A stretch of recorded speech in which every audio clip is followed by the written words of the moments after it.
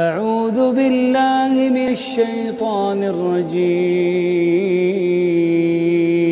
عورت نبھانا چاہے تو جھوپڑی میں بھی نبھا جاتی ہے، اگر چھوڑنے پہ آئے تو بل گیٹس جیسے انسان کو بھی چھوڑ سکتی ہے۔ بل گیٹس کی طلاق نے کم از کم یہ راز تو کھولا کہ عورت پیسے پہ نہیں مرتی، وہ جسے چھوڑنا چاہے اس کی دولت شہرت سمیت چھوڑ دیتی ہے، اور جسے اپنانا چاہے اس کے سارے دکھوں سمیت اپنا لیتی ہے۔ کسی ایک عورت کو سامنے رکھ کر آپ پوری عورت ذات کو جج نہیں کر سکتے۔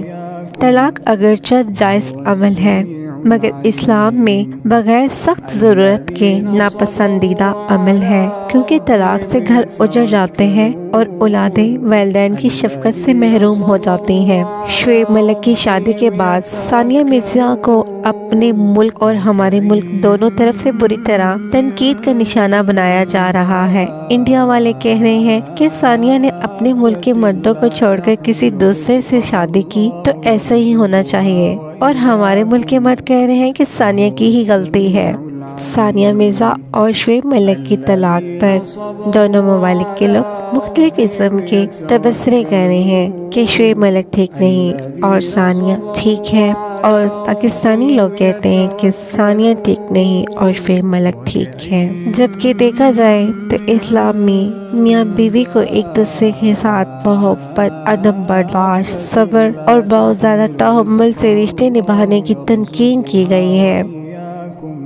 پاکستان میں طلاق کی شرح بڑھتی جا رہی ہے اور کم نہیں ہوگی۔ اس کا دکھ نہیں ہے کہ طلاق کیوں دی جا رہی ہے، بلکہ دکھ اس بات کا ہے کہ مسلمان مرد عورت طلاق کے بارے میں علم نہیں رکھتے، اور علماء کرام مساجد میں اس طرح بیان نہیں کرتے، بلکہ رٹی رٹائی تقاریر کی جا رہی ہیں۔ ہر مسلمان کو اس پہلو کو سمجھنا چاہیے تاکہ کل قیامت والے دن کوئی یہ نہ کہے کہ یا اللہ مجھے کسی نے سمجھایا نہیں تھا۔ طلاق کی وجوہات کیا ہیں؟ میاں بیوی کا آپس میں لڑائی جھگڑا کرنا، جنسی تسکین کا پورا نہ ہونا، آپس میں شکوک و شبہات، عورت کی زبان دراز، مرد کا گالیاں دینا، اولاد کا نہ ہونا، مرد کا کسی اور عورت کو پسند کرنا، عورت کا کسی دوسرے مرد کو پسند کرنا، مرد کا خرچہ نہ دینا، رشتہ داروں کی بے جا مداخلت، ساس بہو کی لڑائی وغیرہ۔ اس کے علاوہ دنیا کی رنگینیاں جو میڈیا دکھاتا ہے اور مسلمان اس رنگ میں رنگا جاتا ہے۔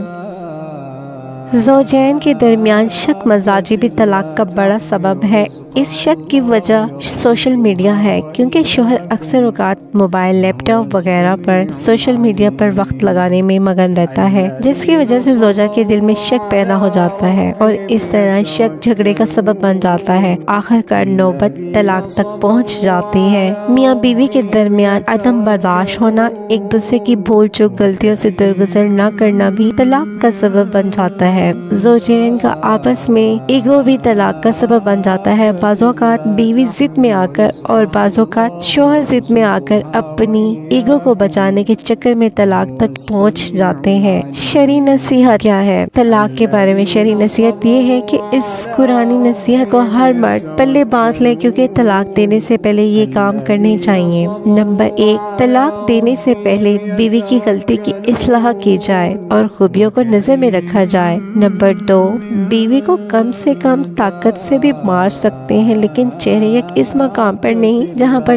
چوٹ لگنے سے عورت کا کوئی نقصان ہو جائے۔ اس دور میں مشورہ یہ ہے کہ نہ مارا جائے۔ نمبر 3، ناراضگی کا اظہار کرتے ہوئے اس کے پاس نہ سویا جائے۔ نمبر 4، طلاق سے پہلے اپنے اور اس کے گھر کے بڑوں کو بلا کر مسئلے کا حل نکالنے کی کوشش کی جائے۔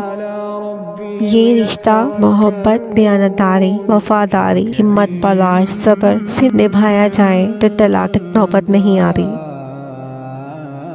اگرچہ یہ جائز عمل ہے، لیکن بلا وجہ چھوٹی چھوٹی باتوں پہ تکرار اور عدم برداشت کی کمی کی وجہ سے اکثر اوقات طلاقیں ہو جاتی ہیں، جو کہ اللہ تعالیٰ کو سخت ناپسند ہے۔